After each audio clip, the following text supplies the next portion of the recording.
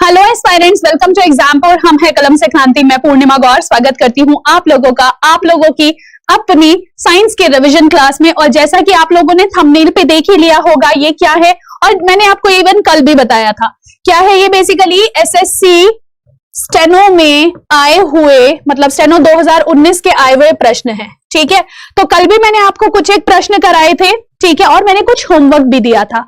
तो आज तो खैर मैं आपका होमवर्क नहीं देख पाऊंगी, लेकिन हाँ नेक्स्ट क्लास में हम लोग जरूर जो है, जो हमारी कल क्लास होगी उसमें जरूर मैं आपके इस होमवर्क को चेक करने वाली हूँ। ठीक है, तो जितने भी मेरे प्यारे छात्र यहाँ पे हमारे साथ आके जुड़े हैं, सभी क्या करेंगे, सभी एक बार अपने इस क्लास को शेयर कर देंगे। अच्छा, दूसरी चीज क्या आती है कि ये जो 2019 में जो हमारा पेपर आया था ना, इसमें कुछ क्वेश्चंस काफी इजी थे, कुछ क्वेश्चंस काफी टफ थे। रोज मैं आप लोगों को ये चीज बताती हूँ तो अब तो पता चल ही गया होगा कि जो साइंस का लेवल है, जब हम उसको सोचते हैं ना कि ये बहुत ही ज्यादा इजी लेवल आता है साइंस का, तो जैसा कि मिसकंसेप्शन कई बार बना देते हैं कि बहुत इजी आता है, कुछ बना देते हैं बहुत ही ज्यादा टफ आता है। तो इट्स सी, मतलब लुक एट इट कि ये जो साइंस का पेपर होता है ना, मतलब इसमें जो साइंस आता है वो मिक्स आता है। अगर वो 8 क्वेश्चन दे रहे हैं साइंस के, तो उसमें से 2 क्वेश्चन वो टफ डालने मैंडेटरी हैं। ठीक है, 2 क्वेश्चन वो टफ डालेंगे। क्यों डालेंगे भाई? ताकि हर एक लेवल का बच्चा उसमें ही, तो हम देखो कुछ क्वेश्चन ऐसे होने चाहिए जिसको हर लेवल का बच्चा कर सके, कुछ क्वेश्चन ऐसे होने चाहिए जिसने थोड़ी सी पढ़ाई करी हो, वो भी तो दिखना चाहिए ना, तभी तो सिलेक्शन होगा। ठीक, तो इस वजह से थोड़े से जो लेवल होता है वो आपको हर जगह मेंटेन होता हुआ हर पेपर में दिखता है। ठीक, चलो तो अब आप लोगों के लिए ये क्वेश्चन है, ये क्वेश्चन थोड़ा सा out of the box question हम इसको कह सकते हैं। ठीक है, और इस क्वेश्चन में हमें क्या पता चलता है कि सेक एक जापानीज अल्कोहलिक बेवरेज है, और उसको हम किससे बनाते हैं, उसको किस चीज से बनाया जाता था। अगर मैं यहाँ पे बात करती हूँ किस चीज की, अगर मैं यहाँ पे बात करती हूँ आप लोगों के इस अल्कोहलिक बेवरेज की, जिसको हम किण्वन की प्रक्रिया के द्वारा बनाते हैं, तो ये वाली जो आपकी अल्कोहलिक बेवरेज होती है, हम इसको जापान में देखते हैं। ठीक है, इंडिया में यह नहीं दिखती। ठीक, और दूसरी चीज क्या हो जाती है, क्योंकि ये इंडिया के अंदर नहीं दिखती है, तो इसलिए लोगों को ना जनरली पता नहीं होता। अच्छा, इंडिया के अंदर भी एक ऐसी ही बेवरेज बनती है जिसको हम कहते हैं फेनी। आप में से जो बच्चे गोवा गए हों, या फिर जिन्होंने गोवा के आसपास रहते हो, ठीक है, उनको यह पता होगा कि ये जो फेनी होती है ये किस चीज से बनती है। ये काजू की फर्मेंटेशन से बनती है, कैश्यू नट की फर्मेंटेशन से बनती है। ठीक है, किससे बनती है? कैश्यू नट के फर्मेंटेशन से आपकी यह बेवरेज बनती है, और इसको हम क्या कहते हैं? फेनी कहते हैं। ठीक, और ये कहां की आपकी जो पॉपुलर ड्रिंक है, ये आपकी गोवा की पॉपुलर ड्रिंक है।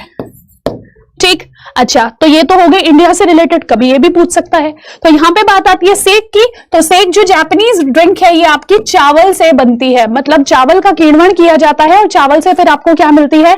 यह ड्रिंक मिल जाती है। तो I hope so this is clear. Next question की तरफ चलते हैं। Dash is the inflammation of joints due to the accumulation of uric acid crystals. देखो, जब आप अपना टेस्ट कराते जाते हो, मतलब जब आप डॉक्टर के पास जाते हो और कहते हो हमारे जो है ना जोड़ों में बहुत दर्द हो रहा है, तो कई के बाद ना डॉक्टर आपके लिए एक टेस्ट लिख देते हैं, और वो होता है यूरिक एसिड टेस्ट। ठीक है, और ये जो यूरिक एसिड टेस्ट होता है स्टूडेंट्स, ये बेसिकली क्या है?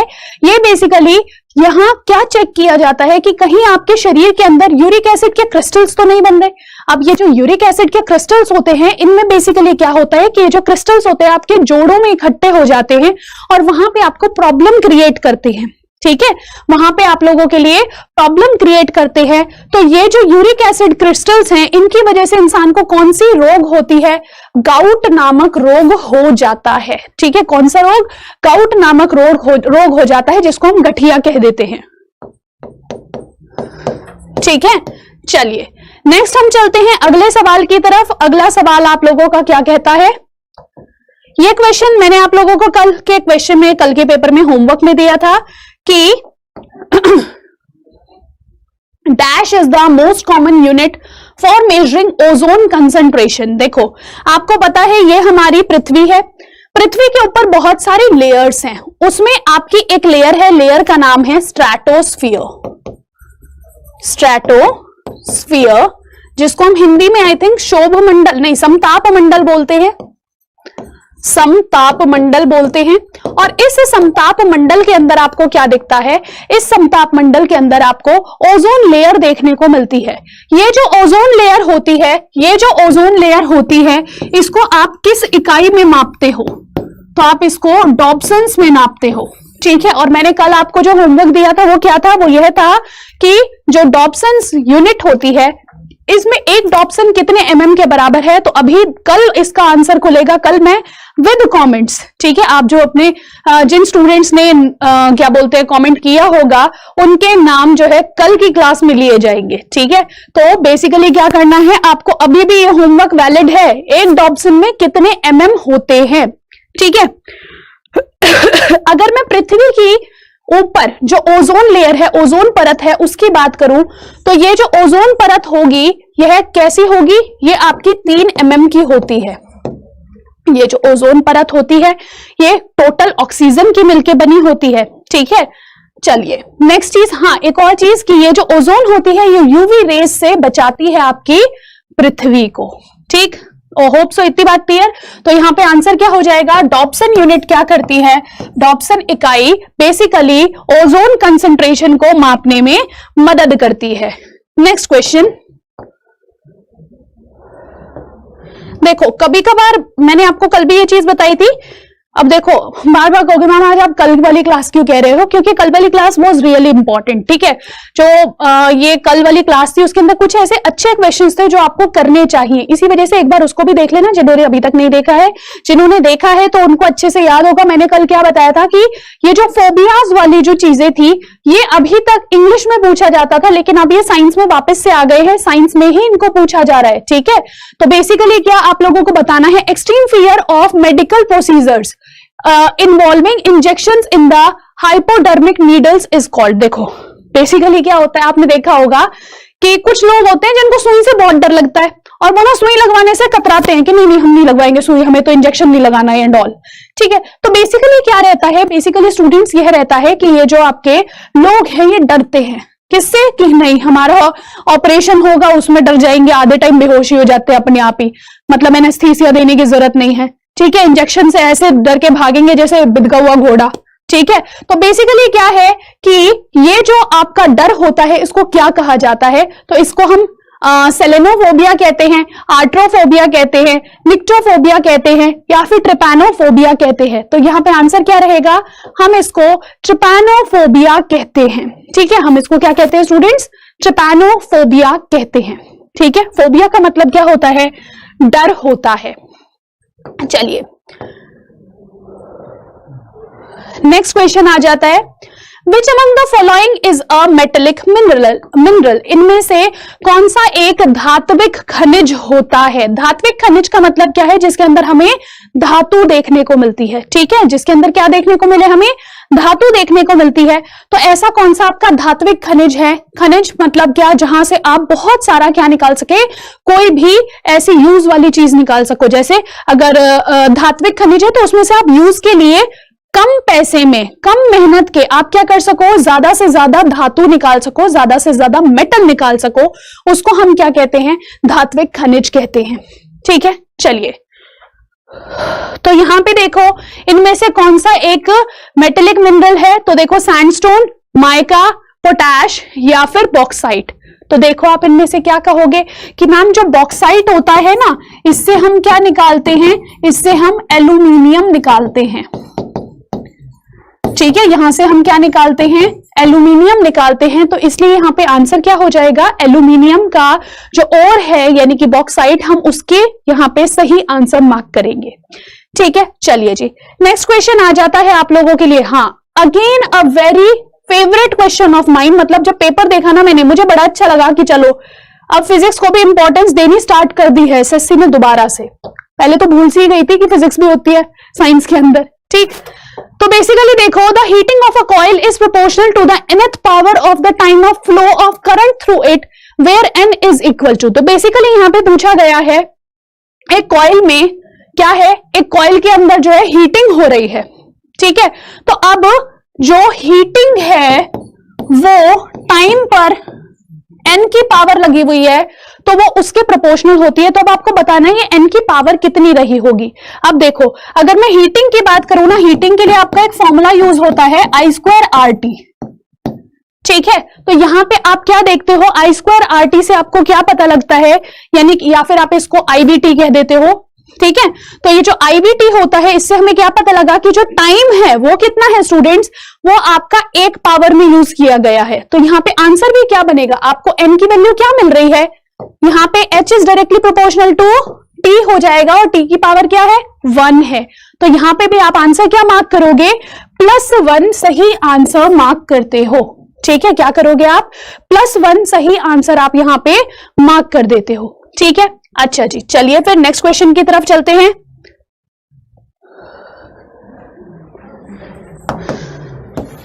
क्वेश्चन कहता है कि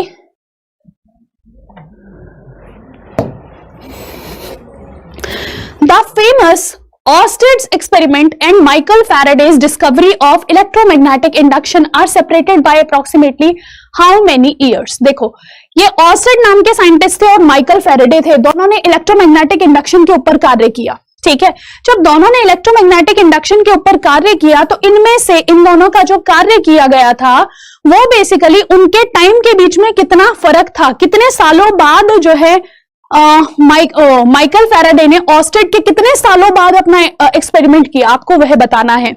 2 साल, 25 साल, 11 साल या 5 साल।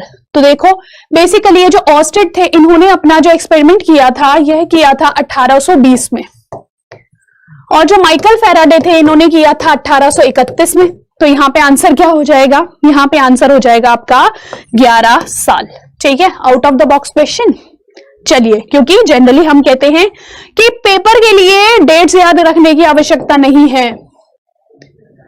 चलो जी, नेक्स्ट क्वेश्चन यहां पे आ जाता है, when fats and oils are oxidised their smell and taste changes, this phenomena is termed as, ठीक है। ये आपका क्वेश्चन क्या है कि जब वसा और तेल का ऑक्सीकरण होता है तो उनका गंध और स्वाद बदल जाता है, इस घटना को यह कहा जाता है। तो देखो, बेसिकली ऑप्शंस आपके सामने हैं, कोरोजन यानी कि जंग लगना, डक्टिलिटी यानी कि नमनीयता या फिर तन्यता, फिर है इरोजन यानी कि अपर्दन, और लास्ट आ जाता है रेंसिडिटी यानी कि विकृत गंधिता।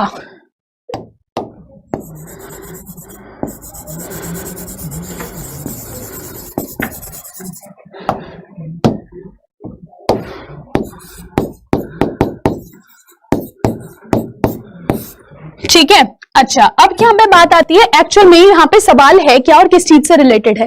जब आपके केमिस्ट्री की मैं प्रैक्टिस क्वेश्चंस करा रही थी, तब मैंने आप लोगों को बताया था कि आपका जो चिप्स का पैकेट है उसके अंदर नाइट्रोजन गैस भरी जाती है। क्यों? क्योंकि वो जो चिप्स के पैकेट्स होते हैं उसमें जो चिप्स हैं वो तले हुए हैं, ठीक है। वो चिप्स क्या है, वो बेसिकली तले हुए हैं, और उन तले हुए चिप्स पे जब ऑक्सीजन रिएक्ट करेगी तो वहां पे क्या होगा, उस तेल का ऑक्सीकरण हो जाएगा, ठीक है।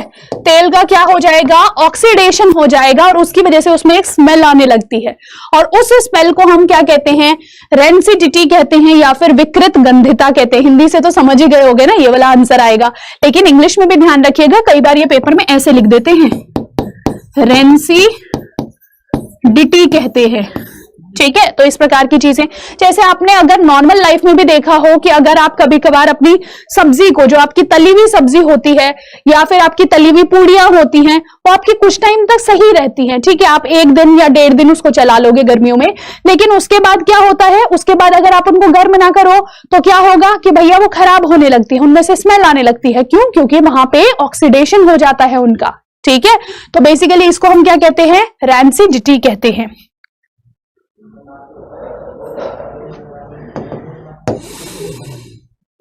Which among the following is not a fundamental SI unit? इनमें से कौन सी एक मूलभूत SI इकाई नहीं है? एम्पियर, कैंडेला, टेस्ला या केल्विन, इनमें से कौन सी एक मूलभूत SI इकाई नहीं है? एम्पियर, कैंडेला, टेस्ला या केल्विन। तो देखो, बेसिकली आपकी 7 मूलभूत इकाइयां हैं, 7 फंडामेंटल यूनिट्स हैं। पहली है लेंथ की, दूसरी है मास की, तीसरी है टाइम, फिर आ जाता है टेम्परेचर, फिर आ जाता है करंट, करंट के बाद क्या आ जाता है स्टूडेंट? 4 हो गए, 5 हो गई, फिर उसके बाद ल्यूमिनस इंटेंसिटी,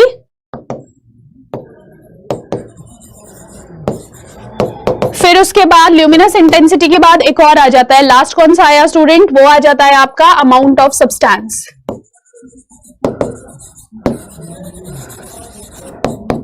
ठीक है, तो ये जो आपके 7 वो हो गए, 7 फंडामेंटल इकाइयां, हिंदी में क्या बोलेंगे? लंबाई, द्रव्यमान, समय, ताप, विद्युत धारा, ज्योति तीव्रता,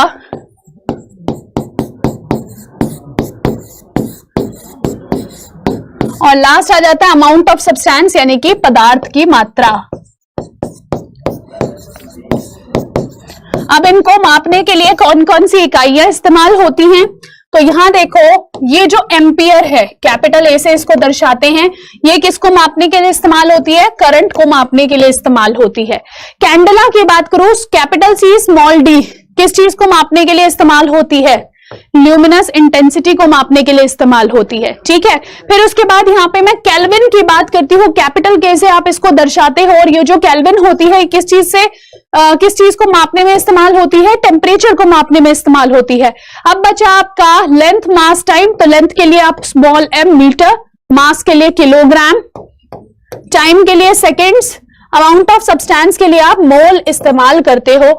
ये आपकी 7 फंडामेंटल इकाइयां हुई। तो यहां पे गलत आंसर कौन सा हुआ? यहां पे कौन सी इकाई नहीं है? आप क्या कहोगे? टेस्ला। और टेस्ला किस चीज की इकाई है? यह आपकी मैग्नेटिज्म से रिलेटेड होती है। ठीक है, किस चीज से रिलेटेड होगी? मैग्नेटिज्म से रिलेटेड हो जाएगी। ठीक है, और अब यहां कमेंट सेक्शन में आप लोग आंसर करोगे कि जब मैंने मैग्नेट्स वाला चैप्टर पढ़ाया था तो उसमें मैंने टेस्ला किस चीज की इकाई बताई थी। ठीक है, चलिए नेक्स्ट क्वेश्चन। हीट चैप्टर पढ़ चुके हैं ना हम लोग, अब इसको जरा कन्वर्ट करके आंसर दो।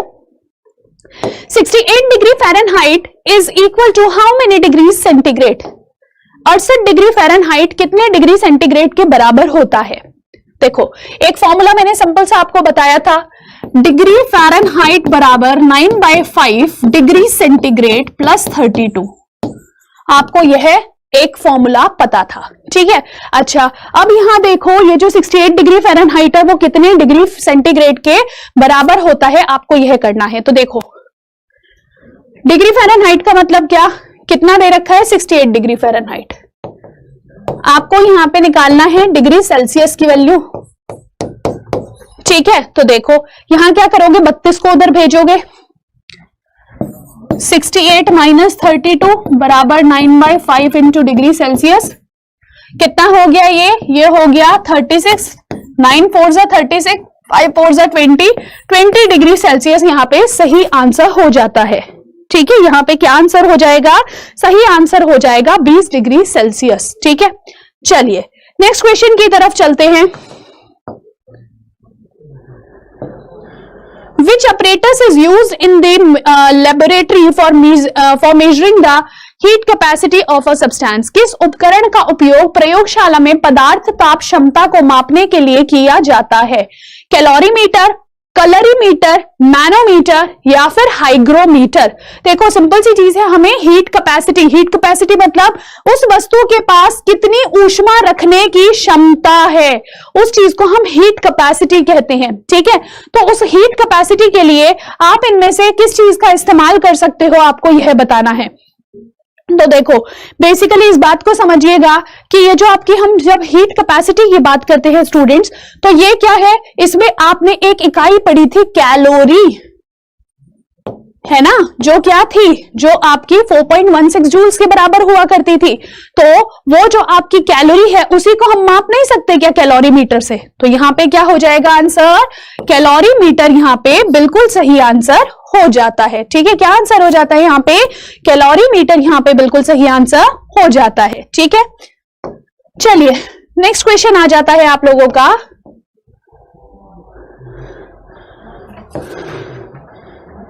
Which of the following is likely a cause of skin cancer, निम्न में से कौन सा एक त्वचा कैंसर का संभावित कारण हो सकता है?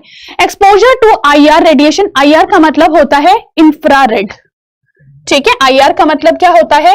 इंफ्रारेड, यानी कि अवरक्त किरण।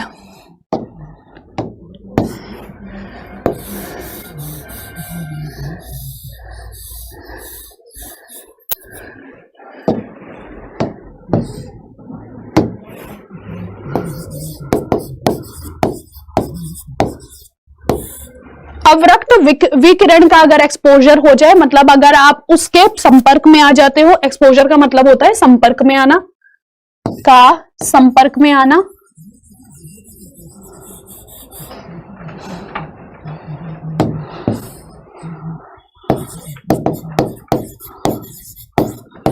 ठीक है। दूसरा क्या हो जाएगा? यूज ऑफ बायोगैस, यानी कि बायोगैस का उपयोग होना। तीसरा है ग्रीन हाउस इफेक्ट, यानी कि ग्रीन हाउस प्रभाव। और लास्ट आ जाता है एक्सपोजर टू यूवी रेडिएशन, यानी कि यूवी विकिरण, यानी कि पराबैंगनी किरणों का, पराबैंगनी किरणों का क्या होना? एक्सपोजर होना, ठीक है। किसका एक्सपोजर होना? पराबैंगनी किरणों का अगर एक्सपोजर होता है तो उसको हम क्या कहते हैं कि यहाँ पे स्किन कैंसर होने की काफी ज्यादा संभावनाएं होती है। तो अब आपको इनमें से आंसर देना है, तो यहाँ पे देखो ज्यादा फोकस मैंने किया इस चीज पे, तो आंसर क्या रहेगा? यही रहेगा। तो बेसिकली देखिए, आप सभी को पता है कि जो ओजोन लेयर है वो हमें प्रोटेक्ट करती है यूवी रेज से, लेकिन स्टिल अगर वो यूवी रेज आपके बहुत ज्यादा संपर्क में आती है तो वो एक्टिवेट कर देती है, किस चीज को एक्टिवेट कर देती है? आपके जो सेल्स होता है उसका अनकंट्रोल्ड मल्टीप्लिकेशन को। बेसिकली कैंसर होता क्या है? कैंसर एक आपका ऐसी रोग है जिसमें क्या हुआ? अनकंट्रोल्ड मल्टीप्लिकेशन ऑफ सेल होता है, अनकंट्रोल्ड मल्टीप्लिकेशन ऑफ सेल हो जाता है, ठीक है। कोशिका का अनकंट्रोल्ड मल्टीप्लिकेशन यहां पे हो जाता है और उस अनकंट्रोल्ड मल्टीप्लिकेशन को ही हम क्या कह देते हैं? कैंसर या फिर कर्क रोग कह देते हैं। अच्छा, यहाँ पे एक और चीज ध्यान रखिएगा स्टूडेंट्स कि ये जो आपका अनकंट्रोल्ड मल्टीप्लिकेशन नामक रोग है ना, ये किसके कारण होता है? आपकी कोशिका के अंदर होते हैं सेंट्रोमियर्स, ठीक है। क्या होते हैं? वो सेंट्रोजोम्स होते हैं। उन सेंट्रोजोम्स के कारण क्या होता है? उन सेंट्रोजोम्स के कारण आपका ये जो सेल डिवीजन है बहुत ज्यादा एक्टिवेट हो जाता है, ठीक है, जब वो सुपर एक्टिव हो जाते हैं, और इस वजह से आपको स्किन कैंसर नामक रोग हो सकता है, ठीक है। चलिए, तो अब हम आगे चलते हैं। How many oxygen atoms are there in an acetone molecule? देखो, एसीटोन के अणु में कितने परमाणु ऑक्सीजन के परमाणु होते हैं? देखो, जब मैं एसीटोन की बात करती हूं, इसका साइंटिफिक नेम अगर मैं बात करूं तो प्रोपेनोन होता है। प्रोपेनोन नाम से क्या लग रहा है? प्रोपेन, प्रोपेन का मतलब 3 कार्बन, ठीक है। फिर उसके बाद क्या? उसके बाद यहाँ पे एन फैमिली है, एन मतलब एल्केन है, और ओन जब लास्ट में लग गया इसका मतलब क्या है? कीटोन है, ठीक है। जब मैं इन सब चीजों को देखती हूँ, प्रोप का मतलब हो गया 3 कार्बन, ठीक है। ओन लग गया, इसका मतलब यहाँ पे डबल बॉन्ड ओ आ जाएगा, और प्रोपेन एन है, इसका मतलब सबके बीच में सिंगल सिंगल बॉन्ड है। बाकी फिल कर दो इसके 4 बॉन्ड्स पूरे, इसका 1 बॉन्ड, तो यहां पे आप 3 हाइड्रोजन लगा दोगे, ठीक है। यहां पे भी आप 3 हाइड्रोजन लगा दोगे, ठीक है। तो इस प्रकार से यहां अगर आप इस फॉर्मूला में देखते हो, आपको क्या दिखेगा? ये कीटोन जो है इसमें आपको 6 हाइड्रोजन मिले, 3 कार्बन मिले और 1 ऑक्सीजन मिला। बेशक उसने डबल बॉन्ड बनाए हैं, लेकिन ऑक्सीजन कितना है स्टूडेंट्स? 1 ही है। और दूसरी बात यहां पे आप क्या ध्यान रखोगे कि इसका जो साइंटिफिक नेम है वो तो प्रोपेनोन है, लेकिन इसका कॉमन नेम क्या है? एसीटोन। और इसको हम इस्तेमाल कहां करते हैं? नेल पॉलिश रिमूवर में पूछा जाता है। ये हम इस्तेमाल करते हैं ना अपनी अंगुलियों के जो नाखूनों पे रंग लगाते हैं, फिर उसको ऐसे बैठ के छुटाते रहते हैं, तो उसमें क्या है? बेसिकली एसीटोन है। तो आगे से कभी भी दुकान पे जाओ ना, भैया नेल पॉलिश रिमूवर दे दो, तो कहना कि नहीं, इस बार हमें एसीटोन दे दो। तो इससे क्या रहेगा? चीज आपको ध्यान रहेगी। एसीटोन ना याद रहे, प्रोपेनोन बोलो, इससे आप अपने दिमाग में याद रख सकते हो, ठीक है। चलिए, तो इतनी बात क्लियर हुई। नेक्स्ट क्वेश्चन है, 25 डिग्री सेल्सियस फ़ारेनहाइट स्केल पर कितनी डिग्री के बराबर होती है? यानी कि आपको बताना है 25 डिग्री सेल्सियस कितने फ़ारेनहाइट के बराबर होती है। तो सिंपल सा क्या करोगे, फिर से आप वही फॉर्मूला लगाओगे, और जब आप फॉर्मूला लगाते हो आप क्या करोगे, आप यहां पे लिखोगे degree Fahrenheit equals 9/5 degree Celsius plus 32। Fahrenheit कितना है हमें पता नहीं, डिग्री सेल्सियस हमें पता है 25 है, 32 ऐड करेंगे, 5 5 25, 9 5 45, 45 प्लस 32 कितना हो जाएगा 77। तो डिग्री फ़ारेनहाइट कितना आया 77, यहाँ पे बिल्कुल सही आंसर हो जाता है। ठीक है, तो यहाँ पे आंसर क्या हो जाएगा स्टूडेंट्स 77, यहाँ पे बिल्कुल सही आंसर हो जाता है। तो यहाँ पे आपके एसएससी में आए हुए सारे प्रश्न जो अभी 2019 के स्टेनो में आए थे, वो सभी प्रश्न आपके समाप्त होते हैं, लेकिन we are not done with the questions yet, we have a lot of questions still.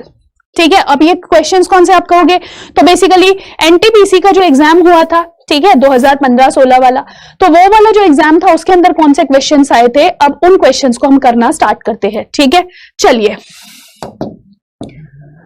Question है आपका पहला, हाउ मच इज 1 डेकालीटर? 1 डेकालीटर में कितना लीटर होता है, या 1 डेकालीटर निम्न में से किसके बराबर हो सकता है? तो मैंने आपको बताया था ना, म्युनिसिपल कॉर्पोरेशन ऑफ दिल्ली में एमडीएच के मसाले बिकते हैं, तो एमसीडीएम डीएच के, ये चीज मैंने आपको सिखाई थी। यहां पे एम क्या है मिली, ये क्या है सेंटी,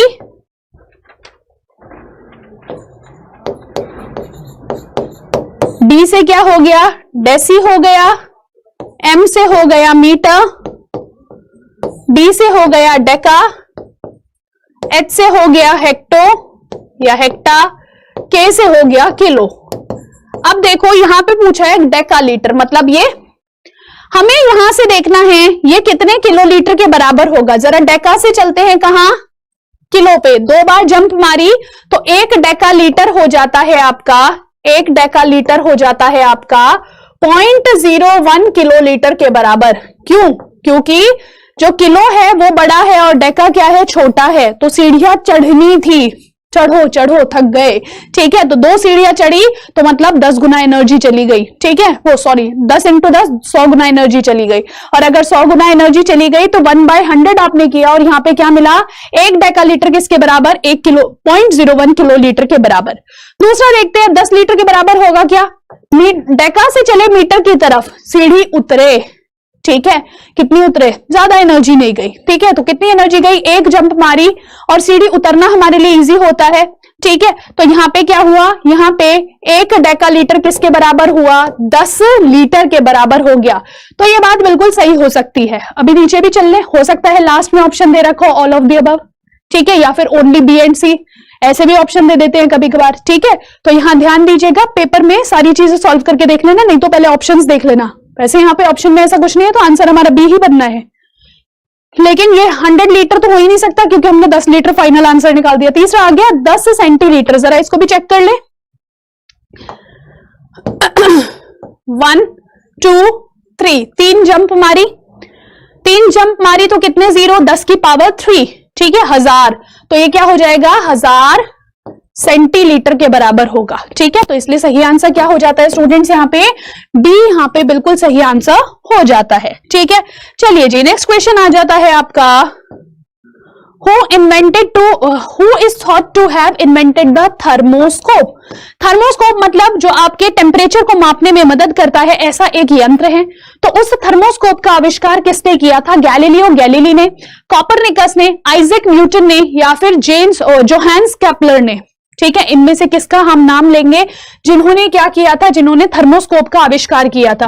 तो यहां देखिएगा जो गैलीलियो गैलीली हैं, उन्होंने क्या किया था, उन्होंने थर्मोस्कोप का आविष्कार किया था, जिसको हम थर्मामीटर भी कह देते हैं। ठीक है, नेक्स्ट क्वेश्चन आ जाता है स्टूडेंट्स आपके लिए, arteries carry blood that is filled with?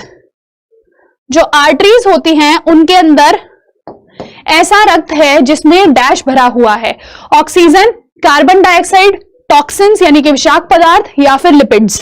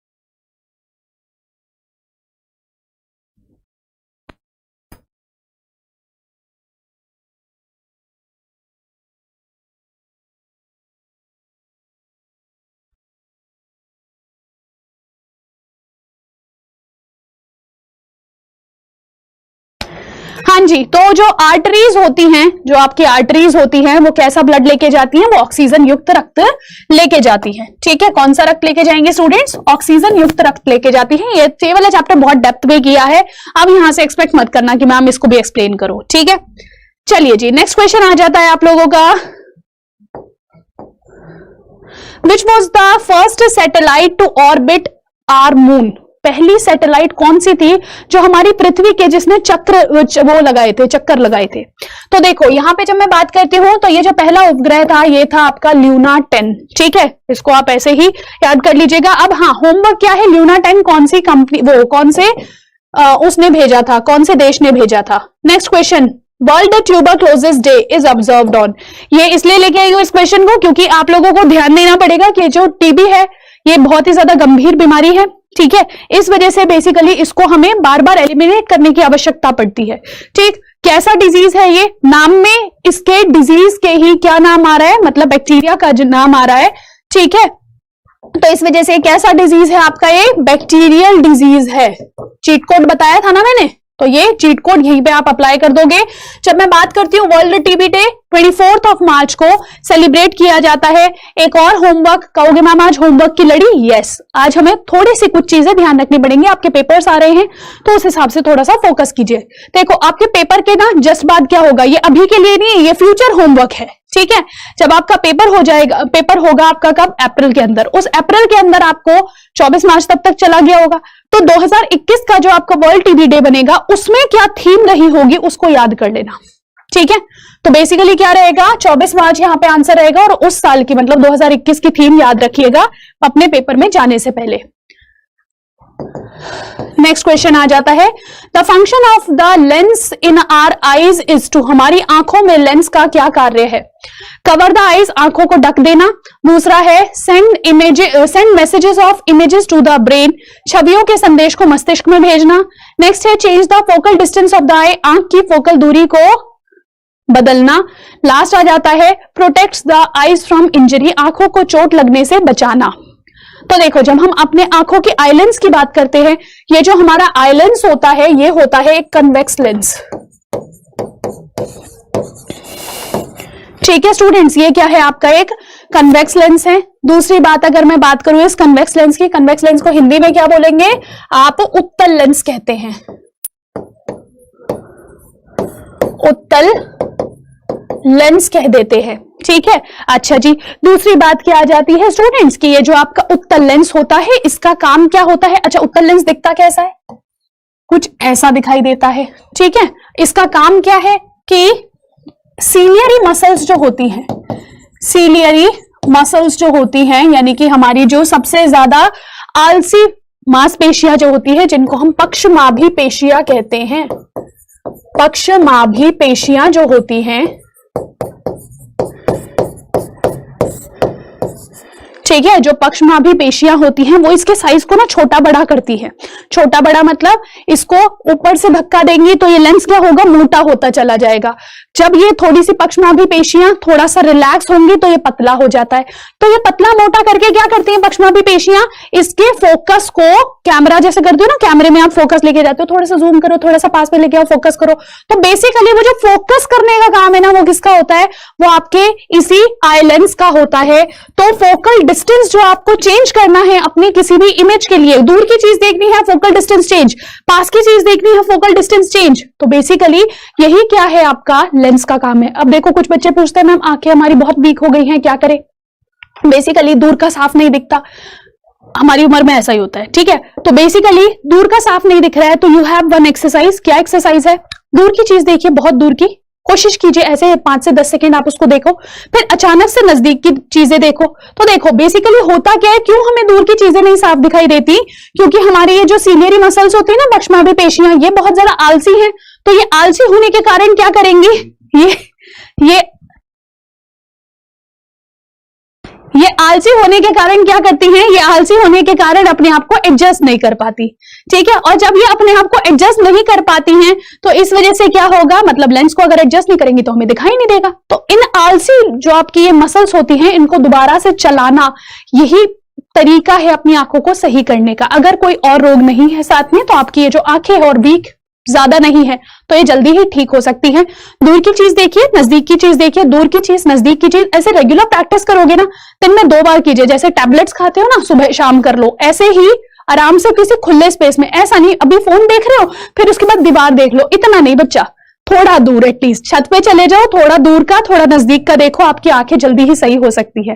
लेकिन रेगुलर करना, ऐसे मत सोचना मैम 1 महीने हमने किया कुछ नहीं हुआ, एवरीथिंग नीड्स सम टाइम, ठीक है।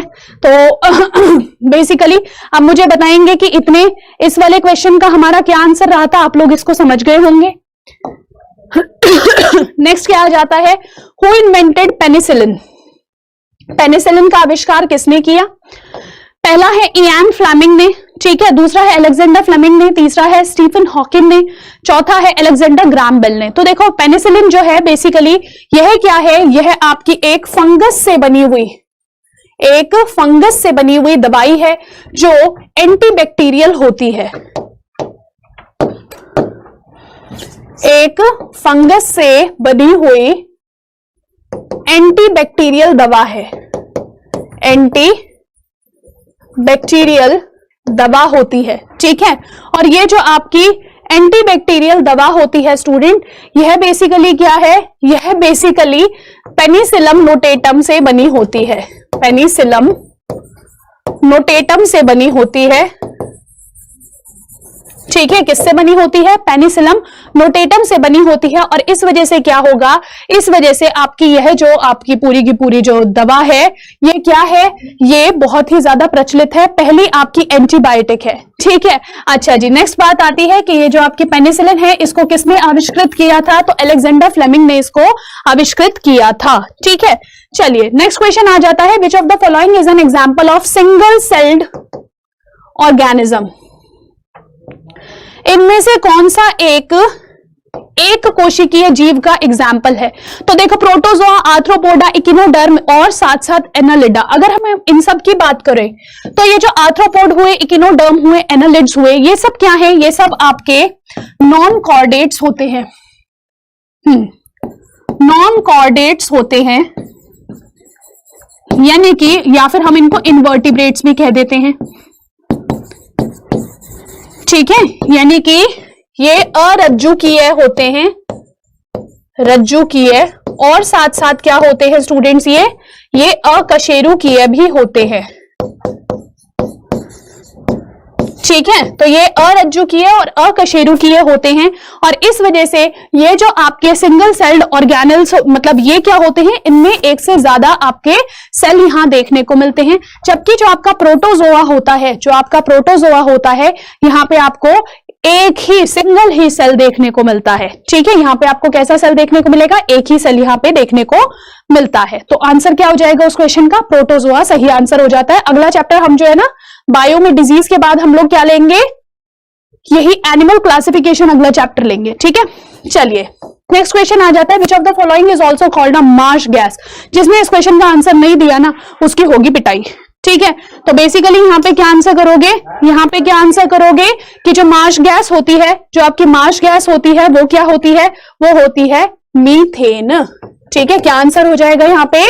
मीथेन, यानी कि CH4 यहाँ पे बिल्कुल सही आंसर हो जाता है, ठीक है। अब अगला ये जो क्वेश्चन है यहाँ पे, ये क्या रहेगा आप लोगों के लिए? होमवर्क क्वेश्चन रहेगा, ठीक है। तो आप लोग क्या करेंगे?